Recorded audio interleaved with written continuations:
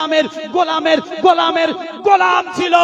গরিব নামাজ শুয়ে আছেন, ইনি যখন রাজস্থানে ঢুকলেন পানিকে বন্ধ করলেন, যে আপনার আনা সাগরের পানি তোমার জন্য বন্ধ, ওনার জন্য বন্ধ করানো হলো।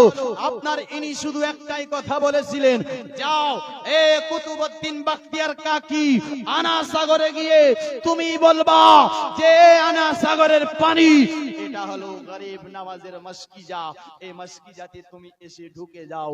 আনা সাগরের এত বড় পানি, বেড়াদার আপনার কথায় আসলেন, ছোট্ট একটা কুলসিতে, ছোট্ট একটা মস্কিজাতে আনা সাগরের পানি এসে ঢুকে গেল। আনা সাগরে পানি নাই, আনা সাগরে তো দূরের বাদ, আপনার এই রাজস্থানের যে অন্য পাশে তালাবগুলো আছে, তালাবগুলোতেও পানি নাই। টিবল আছে, টিবলের মধ্যেও পানি নাই। মোটর আছে, মোটরের মধ্যেও পানি উঠে না। মুসলমান ভাই চিন্তা করে দেখুন, ইনি কে ছিলেন বেরাদার? ইনি তো আপনার গরিব নওয়াজ হুসাইনের গোলামের গোলামের গোলামের গোলাম ছিল।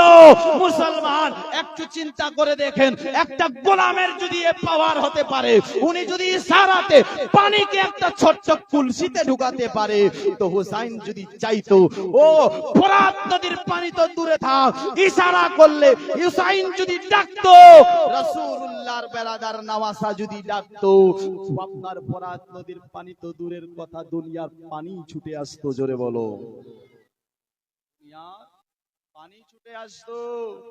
বেরাদার মঈনুদ্দিনের আপনার বেরাদার বাবার নাম থেকে শুরু করবেন, উপরে যেতে থাকবেন, কিতাবে পড়বেন। বেরাদার উনার নসল, উনার খানদান ইমাম হুসেন থেকেই এসেছে। জোরে বলুন সুবহানাল্লাহ। গোলামের গোলামের গোলামের গোলামের গোলাম ছিলেন। গোলামের এই পাওয়ার, তো হুসেনের কি পাওয়ার হবে? মুসলমান ভাই, যাই হোক, ইমাম হুসেন বলছে, যদি আমি চাই, এখনো আমি যদি চাই, এখনো আমি যদি চাই, ফোরাত নদীতে পৌঁছে যাব। তারা বলেছিলেন না, এটা কোনোদিন হতে পারে না, আপনার ফোরাত নদীতে তুমি পৌঁছাতে পারবে না। বাবাজি, বন্ধুগণ, ভাই, ইমাম হোসেন বলেছিলেন, ঠিক আছে তাহলে। বেরাদার যুদ্ধ আরম্ভ হয়ে গেল। ইমাম হোসেন আপনার যুদ্ধ করতে লাগলেন, এদেরকে এমন আপনার তাড়াতে লাগলো, এমন কাটতে লাগলো।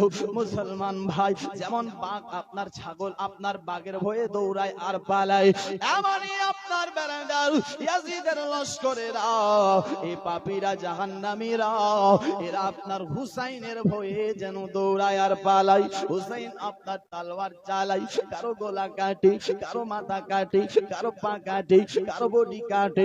মুসলমান যেমন কচু আপনার আপনার আপনার ছুরি দিয়ে কচু কাটে, হে বেরাদার কোনো কষ্ট হয় না, এমনই কচুর মতো হুসাইন যেন আপনার কারবালাতে মানুষ কাটতেছেন, রক্ত লালে লাল হয়ে গিয়েছেন, কারবালা রক্তে লালে লাল। দোস্ত বন্ধুগণ ভাই, ইমাম হুসেন